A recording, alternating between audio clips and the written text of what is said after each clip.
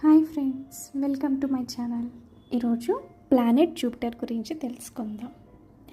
Planet Jupiter అంటే దేవగురువు అని కూడా అంటారు. బృహస్పతి గురువుని దేవతలకి గురువు అన్నమాట ఈయన.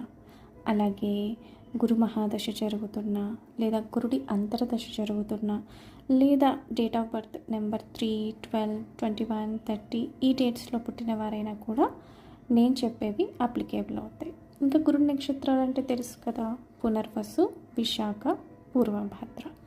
ఈ నక్షత్రాల్లో పుట్టిన వారికి కూడా ఈ ట్రేట్స్ అప్లికేబుల్ అవుతాయి. వీళ్ళు ఫస్ట్ చాలా ఆప్టిమిస్టిక్గా ఉంటారు, చాలా హోప్ఫుల్గా ఉంటారు. ఎలాంటి సిచ్యువేషన్ అయినా. పునర్వసు నక్షత్రం వాళ్ళు కూడా పునర్వసు అంటే వాళ్ళు ఎంత కిందకి దిగిపోయినా మళ్ళీ పైకి లేస్తారనమాట. అలాగే వీళ్ళకి విజ్డమ్ చాలా బాగుంటుంది, లక్ కూడా బాగుంటుంది. వీళ్ళు చాలా స్పిరిచువల్గా ఉంటారు. ఎట్ ది సేమ్ టైం వీళ్ళు ఎక్కడుంటే అక్కడ, అంటే జూపిటర్ ఎక్కడుంటే అక్కడ ఎక్స్పాన్షన్ అనేది ఇండికేట్ చేస్తుంది. వీళ్ళకి చాలా మోరల్ వాల్యూస్ ఉంటాయి అన్నమాట. And good fortune, prosperity, fairness అనేది ఎక్కువ మెయింటైన్ చేస్తారు. ఏ నక్షత్రం అయినా సరే ఈ డేట్స్లో పుట్టిన వారు కూడా. అండ్ గురు మహాదశ జరుగుతున్న. అలాగే సైన్స్ వచ్చి సాజిటేరియస్ అండ్ పైసెస్ అంటే ధనస్సు రాశిని, మీన రాశిని ఈ గురువు అనేది రూల్ చేస్తారు. అలాగే కర్కాటక రాశిలో ఎగ్జాల్టేషన్ సైన్ వచ్చి క్యాన్సర్ అనమాట. అంటే ఇక్కడ స్ట్రెంగ్త్ అనేది ఎక్కువ ఉంటుంది ఎవరికి, గురువుకి.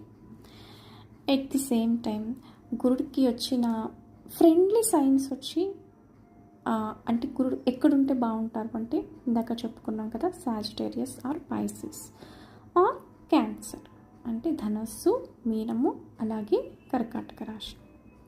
అలాగే గురువు యొక్క దృష్టి 3 దృష్టులు ఉంటాయి గురువుకి.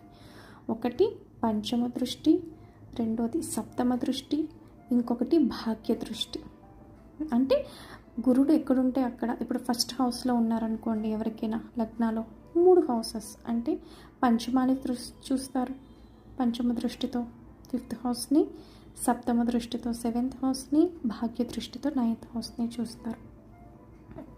For example Jupiter in first house అనుకోండి, వాళ్ళు చాలా ఎలా ఉంటారు అంటే వాళ్ళకి లాంగ్ లైఫ్ ఉంటుంది, వెల్త్ చాలా బాగుంటుంది.